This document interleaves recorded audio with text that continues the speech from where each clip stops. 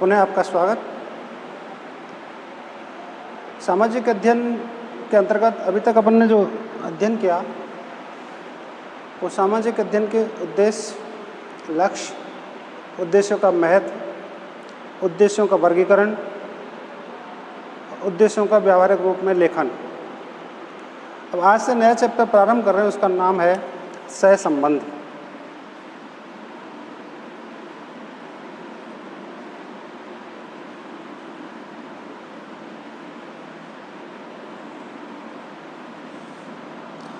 बात आती है कि सामाजिक अध्ययन सेक्शन में सहसंबंध से क्या तात्पर्य है।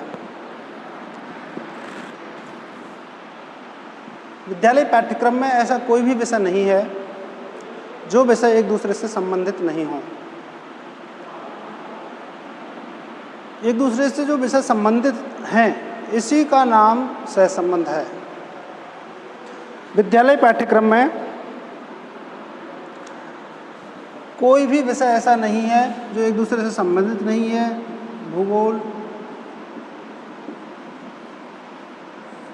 इतिहास,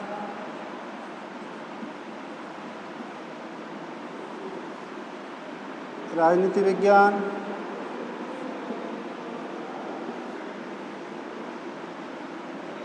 अर्थशास्त्र,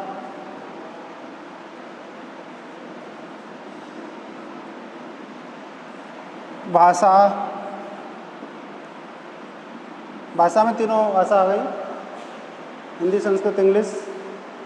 यदि कोई और चौथी भाषा का अध्ययन करता है वो भी इसी में सम्मिलित होगी। कला, गणित,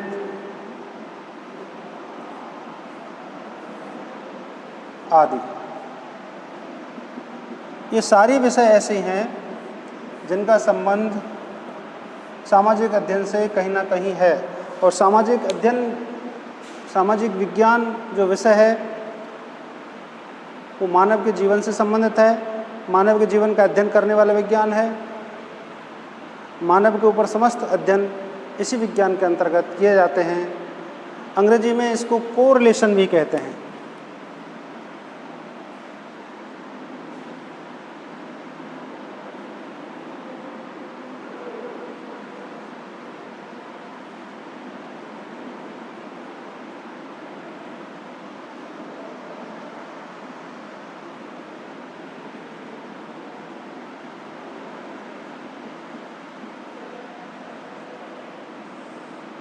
कोरिलेशन का हिंदी तात्पर्य है सहसंबंध। इसे समवाय और समन्वय भी कहते हैं। समवाय समन्वय, जिस तरह से हमारा एक पूरा परिवार अब एकल परिवार हो गया है। पहले सामूहिक परिवार जब रहता था एक दूसरे का संबंध घनिष्ठ रहता था, और अब हम एकल परिवार में रहते हैं तो हमारे संबंध इतने प्रगाढ़ नहीं रहते जितने प्रगाढ़ सामूहिक परिवार में रहते थे। अब हमारी कोई भी आवश्यकता होती है उसे पूरा करने में सामाजिक दृष्टि से हमें बहुत दिक्कत आती है, लेकिन जब सामूहिक रूप से हम रहते थे तो किसी भी प्रकार की समस्या नहीं होती थी। क्यों? कि कोई ना कोई हमें उस एक दूसरे की समस्या के समाधान के लिए सुझाव देता था, उसको समस्या को समाप्त करने की कोशिश करता था। ठीक उसी प्रकार से सामाजिक विज्ञान विषय ऐसा ही विज्ञान है जिसे स्वतंत्र रूप से हम किसी भी विज्ञान को पढ़ाएं, किसी भी विषय को पढ़ाएं, वो संभव नहीं है। इसीलिए इन सारे विषयों को मिलाकर एक साथ रखा गया और उन सारे विषयों में से जो इम्पोर्टेंट चीज़ें हैं, मानव के व्यक्तिगत जीवन से संबंधित जो चीज़ें हैं, समाज से संबंधित जो चीज़ें हैं, उन चीज़ों को कलेक्ट किया और इन सब को एक विषय के रूप में लिया। इसीलिए इन सब विषयों को एक दूसरे से संबंधित रखा गया है। बात आती है कि सहसंबंध के उद्देश्य क्या हैं, क्यों रखा गया इसको।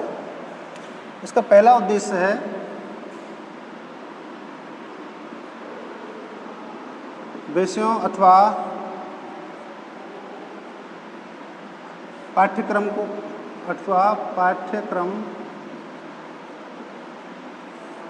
के बोझ को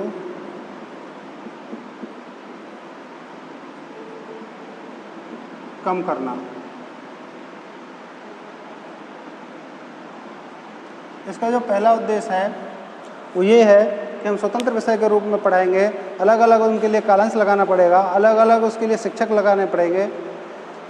और चीज़ वही है, जो एक अध्यापक जिस चीज़ को पढ़ा सकता है उसके लिए हमने अलग अलग विषयों के अध्यापक रखने पड़ेंगे, अलग अलग उसको कालांश रखना पड़ेगा, जिससे हमारा जो पाठ्यक्रम है वो बहुत विस्तृत हो जाएगा, उससे समय और धन दोनों की बर्बादी होगी। इसी बात को ध्यान में रख के इस उद्देश्य का निर्धारण किया कि यदि हम सामाजिक अध्ययन विषय को दूसरे विषयों से संबंधित करके पढ़ा देंगे तो हमें पाठ्यक्रम का बोझ इतना हमारे बालकों को वहन नहीं करना पड़ेगा। दूसरा है शिक्षण में रुचि जागृत करने हेतु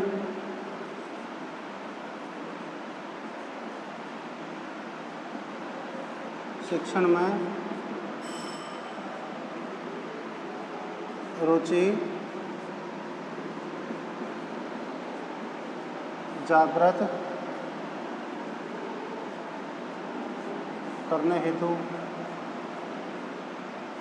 दूसरा जो उद्देश्य है इन अन्य विषयों का इसके साथ सहसंबंध स्थापित करने का, वो यही है कि जो शिक्षण हम कराते हैं उसके माध्यम से दूसरे विषयों को हम उसमें जोड़ते हैं, जिससे बालकों का जो शिक्षण है, बालकों को जो हम पढ़ा रहे हैं वो रुचिकर हो जाता है, जिससे बालक अच्छे तरीके से उसे सीखते हैं, अच्छे तरीके से उसे पढ़ते हैं। उदाहरण के तौर पे आप लोगों ने सबने भागवत सप्ताह सुनी होगी, उसमें जो प्रसंग चलता है उस प्रसंग के अनुसार जो व्यास होता है, जो पीठाधीश होता है, जो मुख्य वक्ता होता है, वो उसी से संबंध दूसरे उदाहरण देता है। दूसरे उदाहरण क्यों देता है वो? इसीलिए कि उस बात से तुलना करके और उस बात को सामने वाले के मस्तिष्क में बिठा दिया जाए, उसको समझा दिया जाए। इमेजिन गुरु महिमा नाम से कोई पाठ आप पढ़ा रहे हैं, गुरु द्रोणाचार्य और अर्जुन का संबंध उसमें आप दिखा सकते हैं, द्रोणाचार्य और एकलव्य की बात उसमें बता सकते हैं, शिवाजी और शिवाजी के गुरुजी की बात बता सकते हैं, स्वामी विवेकानंद और स्वामी रामकृष्ण परमहंस का बता सकते हैं, स्वामी ब्रजानंद स्वामी दयानंद जी का बता सकते हैं। इस तरह से विभिन्न प्रकार के जो संबंध के उदाहरण हम यहाँ देंगे तो बालकों के समझ में आ जाएगी कि गुरु महिमा क्या है। सामाजिक परिवर्तन की बात करें, सामाजिक परिवर्तन के भी हम विभिन्न प्रकार के उदाहरण समाजशास्त्र से लेके देंगे तो बालक सामाजिक परिवर्तन को समझ सकेंगे। सामाजिक परिवर्तन सिर्फ फैशन में आ जाना ही नहीं है, अपने परंपरागत गणवेश को उतार कर पाश्चात्य संस्कृति के जो गणवेश हैं उनको धारण करना ही नहीं है, बल्कि फैशन या बदलाव, चेंज से तात्पर्य है जो रूढ़िवादी परिपाटी हैं, जो हमारे समाज के लिए विनाशक हैं, समाज के लिए घातक हैं, समाज जिनके कारण पीछे जाता रहा है, उन कुरीतियों को दूर करना है, उन बुराइयों को दूर करना है, ये सामाजिक परिवर्तन है। इस तरह से विभिन्न प्रकार के उदाहरणों के माध्यम से हम अपने पाठ को बहुत ही रुचिकर बना सकते हैं। तीसरा है अध्यापक व छात्रों के समय की बचत।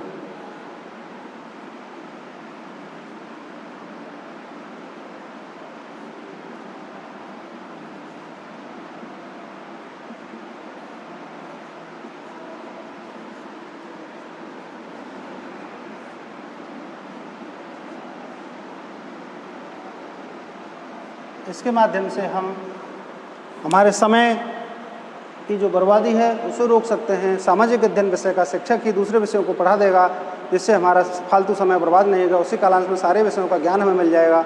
इसीलिए हमारे शिक्षाविदों ने, हमारे विभिन्न शिक्षा आयोगों ने इस बात पर विशेष जोर दिया कि सामाजिक अध्ययन विषय ही ऐसा विषय है जिसे दूसरे विषयों के माध्यम से, दूसरे विषयों को जोड़कर जो मानव जीवन से संबंधित हैं पढ़ाया जाए तो कम समय में ही हम अधिक ज्ञान बालकों को दे सकते हैं। इस तरह से हमारे बालकों का और हमारे अध्यापकों का समय बर्बाद होने से बच सकता है।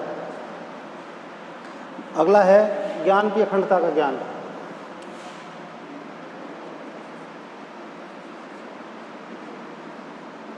ज्ञान की अखंडता का ज्ञान।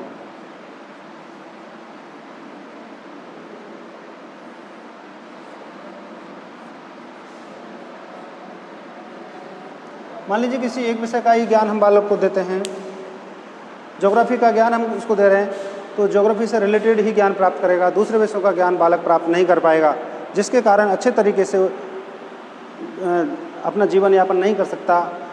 आर्थिक जो नियंत्रण है, आर्थिक जो योजनाएं हैं वो नहीं बता सकता, हमारे पूर्वजों के बारे में वो जानकारी प्राप्त नहीं कर सकता, जिसके कारण हमारा गर्मामय जीवन कितना अच्छा था आज हम उसे बनाए रखें, इस बात की प्रेरणा हमें इतिहास देगा। इन चीज़ों को वो नहीं समझ पाएगा। लेकिन यदि हमने सहसंबंध स्थापित करके इतिहास से या दूसरे विषयों से बालकों को पढ़ाया तो निश्चित रूप से उनको संपूर्ण ज्ञान प्राप्त होगा, जिससे ज्ञान की अखंडता का ज्ञान पूरी तरह उसको मिल जाएगा। अगला है व्यावहारिक बनना, व्यावहारिक बनाना।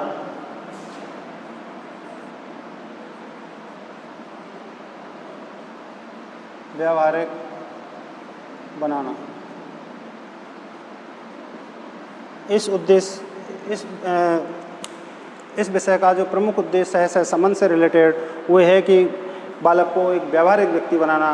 केवल किताबी ज्ञान या परंपराओं का ज्ञान या संपूर्ण ज्ञान प्राप्त करना ही उसका ध्येय नहीं सैद्धांतिक रूप से, बल्कि प्रायोगिक रूप से, व्यावहारिक रूप से भी हमें उसे समाज में सामने लाना है, समाज के सामने प्रस्तुत करना है, ताकि वो आसानी से एक अच्छा और एक होनहार नागरिक के रूप में हमारे समाज को मिले, समाज की कुरीतियों को दूर करे, समाज में विभिन्न प्रकार की बातों को दूर करे और एक बहुत ही व्यावहारिक और एक श्रेष्ठ नागरिक के रूप में हम समाज को दे सकें।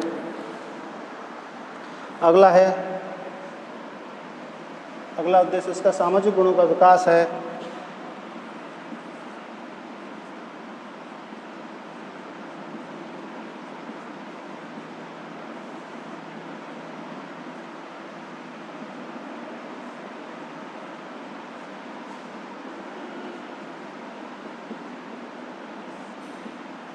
सहसंबंध के माध्यम से हम बालक में सामाजिकता के गुण भी विकसित कर सकते हैं, सहयोग की भावना विकसित कर सकते हैं, सहिष्णुता की भावना विकसित कर सकते हैं, ईमानदारी की भावना विकसित कर सकते हैं। विभिन्न विषयों के ऐसे उदाहरण हम बालकों के सामने प्रस्तुत करें जिससे वो अपने जीवन में ढालें और एक श्रेष्ठ नागरिक के रूप में सामाजिक गुणों का विकास वो निरंतर करते रहें। और लास्ट है संकीर्णता की भावना को दूर करना।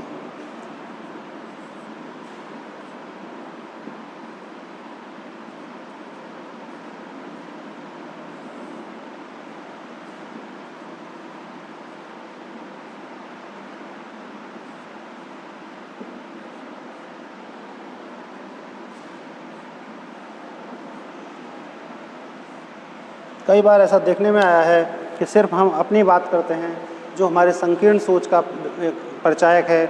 हमें पूरे समाज का, पूरे विश्वबंधुत्व की भावना का, पूरी दुनिया का हमें ध्यान रखना चाहिए, दूसरे की भावनाओं का ध्यान रखना चाहिए, सारी चीज़ों की हमें जानकारी होनी चाहिए। जहाँ तक हम केवल अपने बारे में सोचेंगे तो हमारे अंदर ये भाव विकसित होगा, लेकिन जब हम संपूर्ण विश्व की बात देखेंगे, एक दूसरे के सहयोग की बात देखेंगे, तो ऑटोमेटिकली ये भावना हमारे अंदर से निकल जाएगी। इमेजिन आज कोरोना इतना फैल रहा है, कोविड के कारण लगभग 90-92 हज़ार पेशेंट पर डे निकल रहे हैं। तो यहाँ हमारा ये दायित्व है कि हम लोगों को जागरूक करें कि घर के अंदर रहें, सुरक्षित रहें, अत्यावश्यक होने पर ही बाहर जाएं। तो निश्चित रूप से हम इस समस्या का समाधान कर सकते हैं। लेकिन ये जब तक संभव नहीं है तब हमारे अंदर जो संकीर्ण सोच है कि अरे हमें तो होगा ही नहीं, अरे हम किसी के यहाँ क्यों जाएँ, अरे हमें इससे क्या लेने देना, हम तो अपने घर में बंद हैं, सही रहेंगे। नहीं, हम एक सामाजिक व्यक्ति हैं और समाज के प्रति हमारा ये नैतिक दायित्व बनता है कि समाज में जो भी ऐसी बातें बने, उन समाज की ऐसी बातों को दूर करें। समाज के संकुचित जो सोचें हैं, संकीर्णता की भावना पैदा करने वाली बातें हैं, उन सबको दूर करें।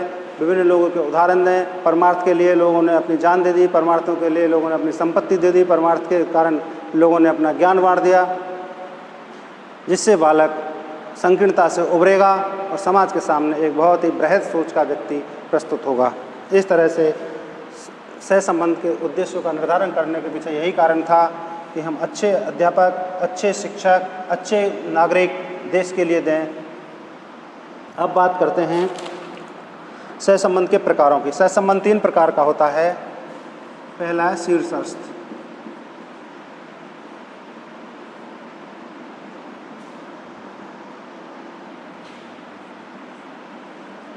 शीर्षात्मक सहसंबंध, इसे वर्टिकल भी कहते हैं।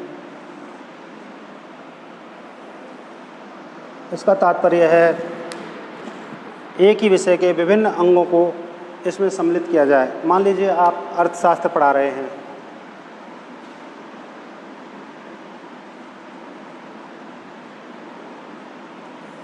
या आप अर्थशास्त्र के अध्यापक हैं, तो यहाँ हमें अर्थशास्त्र की उत्पत्ति,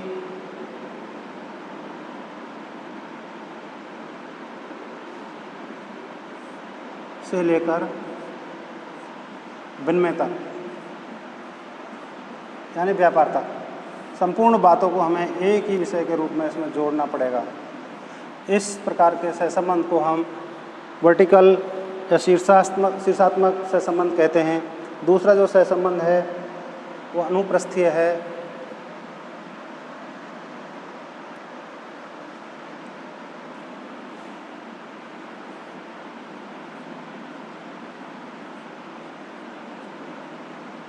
अनुप्रस्थीय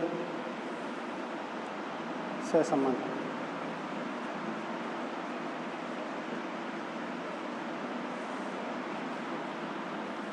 अनुप्रस्थीय सहसंबंध दो तरह का होता है, एक आकस्मिक और दूसरा व्यवस्थित।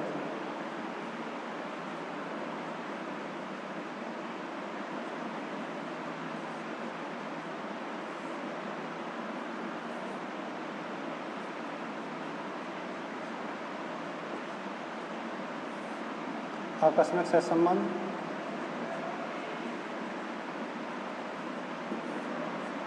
और व्यवस्थित सहसंबंध।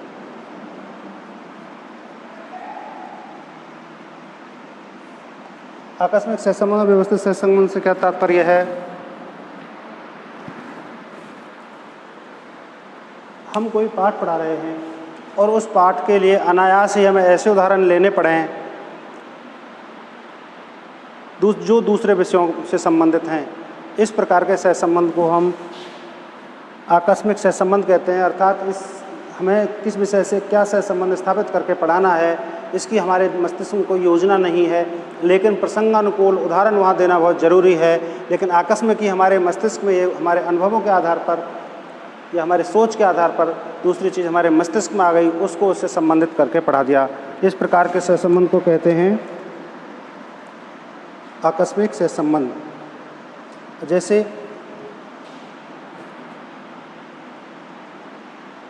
भूगोल में आप चीनी उत्पादन पढ़ा रहे हैं। चीनी उत्पादन कैसे होता है, कैसे नहीं होता,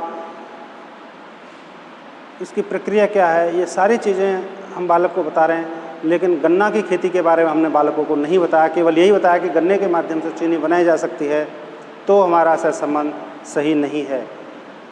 हालांकि हमने ये निर्धारित कर लिया कि हमें गन्ने की चीनी उत्पादन के बारे में पढ़ाना है, तो यहाँ हमें जब चीनी उत्पादन पढ़ाएंगे तो गन्ने की खेती के बारे में भी हमें बालकों को बताना पड़ेगा। अर्थात हमारे प्रसंग के अनुकूल आकस्मिक हमारे मस्तिष्क में जो उदाहरण आते हैं, उस प्रकार के उदाहरण दूसरे विषयों के होते हैं। लेकिन अब ये गन्ने की खेती की जो बात है, ये ज्योग्राफी का आ गया। ये बात हुई इकोनॉमिक्स की, अर्थशास्त्र की। लेकिन गन्ने की खेती जो बात है वही भूगोल की। तो इस तरह से इन दोनों को सहसंबंधित करके पढ़ाया। ठीक है, तो इस प्रकार का जो सहसंबंध होगा वो आकस्मिक सहसंबंध होगा।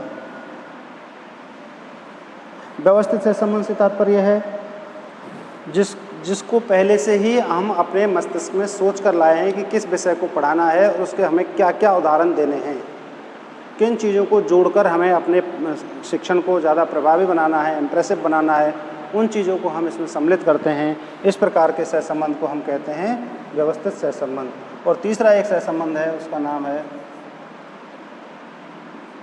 जीवन से सहसंबंध।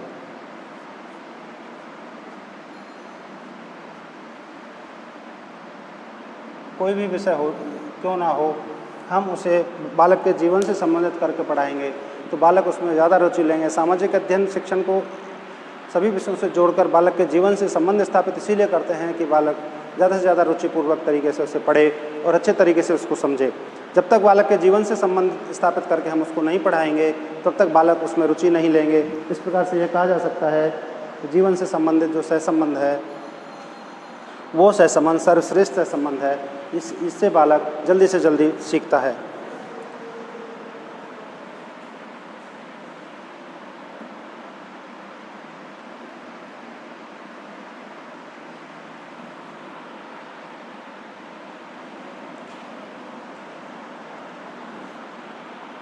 सामाजिक अध्ययन का दूसरे विषयों के साथ जो सहसंबंध है, ये कल आपको बताएंगे। धन्यवाद।